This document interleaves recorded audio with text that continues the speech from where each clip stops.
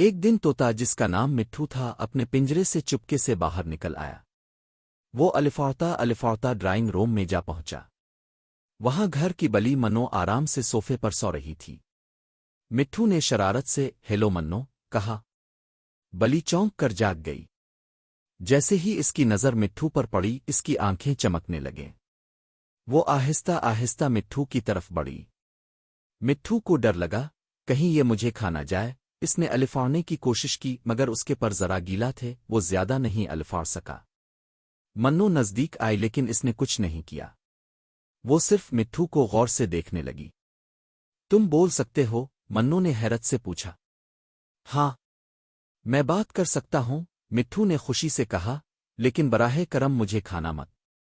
منو ہنس دی۔ ارے نہیں، میں تمہیں کھانے نہیں آئی، میں تو صرف دوست بنانا چاہتی ہوں۔ مٹھو نے حیرانی سے پوچھا، واقعی؟ بلیاں تو پرندوں کو کھا جاتی ہیں۔ منو نے گردن ہلا کر کہا، سب بلیاں ایک جیسی نہیں ہوتی۔ اس دن سے مٹھو اور منو پکے دوست بن گئے۔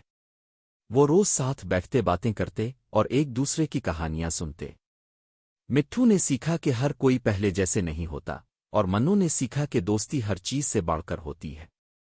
اخلاقی سبق: دوستی شکل ذات نہیں دیکھتی، دل دیکھتی ہے۔